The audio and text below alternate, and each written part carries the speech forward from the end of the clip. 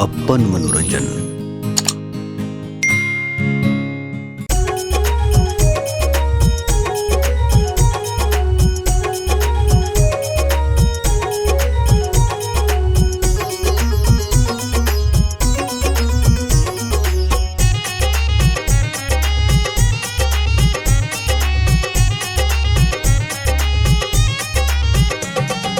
पाहुन बन अयला श्री राम, सुंदर पावन मिथिला गाम, सुंदर पावन मिथिला गाम।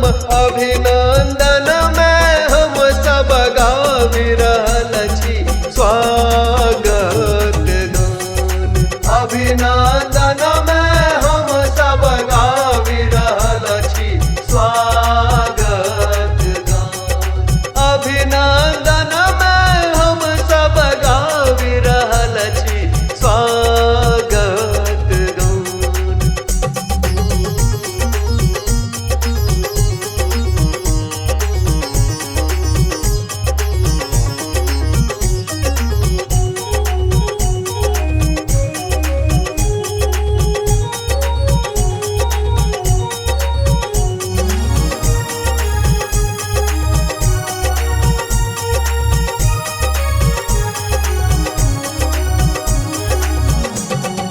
सज धज का बरियाती ऐला, आए हमरा गाम या परम सुहावन लगे मिथिला महान या।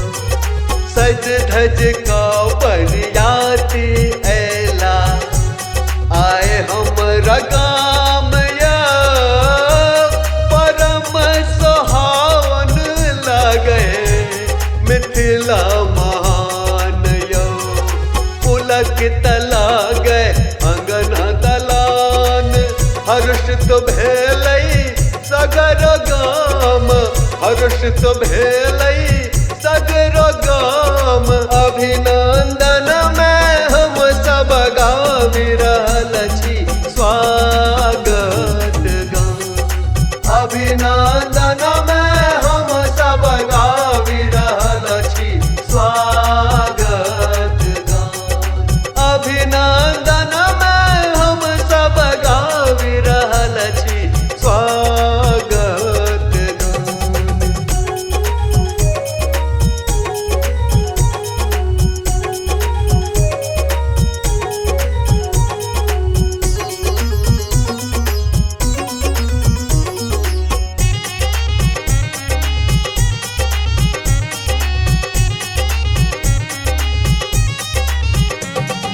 डाला में छी फूल सजौने और दुइभ धान या, अर्पण करै छी हम पान आ मखान या। डाला में छी फूल सजौने और दुइभ धान या, अर्पण करै छी हम पान आ मखान यो।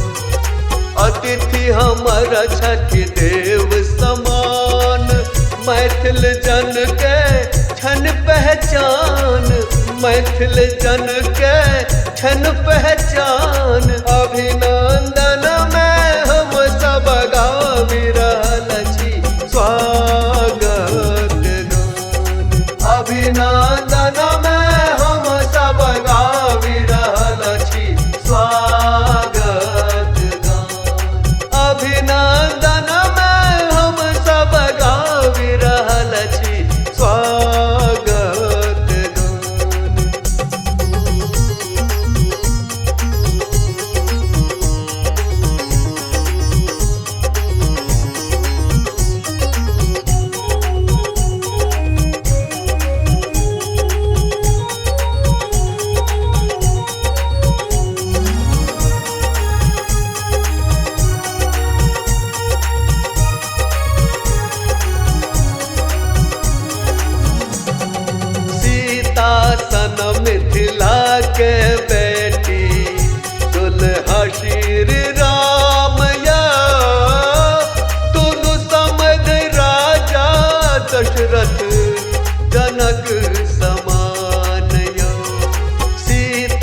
सन मिथिला के बेटी दुल्हा श्री राम या दोनों समध राजा दशरथ जनक समान यो करता जनक जी कन्यादान शुभ शुभ बेला पड़ रे सुहान शुभ शुभ